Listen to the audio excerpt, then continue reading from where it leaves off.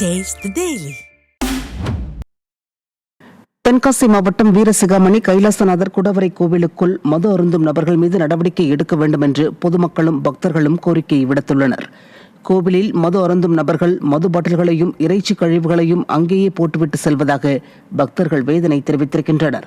இந்த கோவிலுக்கு 3 கிலோமீட்டர் தூரத்திலேயே காவல் நிலையம் இருந்தும் போலீசார் ரோந்து பணியில் ஈடுபடவில்லை என்று குற்றம் சாட்டும் பக்தர்கள் ரோந்து பணியை தீவிரப்படுத்த வேண்டும் என்று கோரிக்கை விடுத்துள்ளனர்.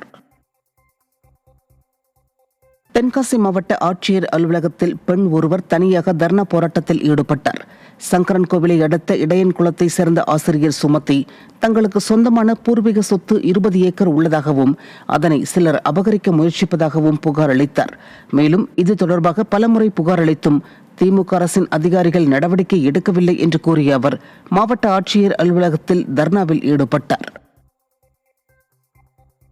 காஞ்சிபுரத்தில் அரசு பள்ளியின் மின் விசிறி மின் விளக்கு உள்ளிட்டவற்றை மர்ம நபர்கள் விடுமுறை நாளின் போது உள்ளே புகுந்து உடைத்த சம்பவம் அரங்கேறியுள்ளது. தும்பவனம் பகுதியில் உயர்நிலைப் பள்ளி செயல்பட்டு வருகிறது. இந்த பள்ளியில் சமூக விரோதிகள் சிலர் வார விடுமுறை நாளை பயன்படுத்தி இரவு நேரத்தில் உள்ளே புகுந்து மின் விசிறி மின் விளக்கு உள்ளிட்டவற்றை சேதப்படுத்தியுள்ளனர். திறனற்ற திமுக அரசின் ஏவல் துறையினர் சரியாக ரோந்து பணியில் ஈடுபடாததால் பெரியவர்கள் முதல் பள்ளி மாணவர்கள் வரை பாதிக்கப்படுவதாக குற்றச்சாட்டு எழுந்துள்ளது.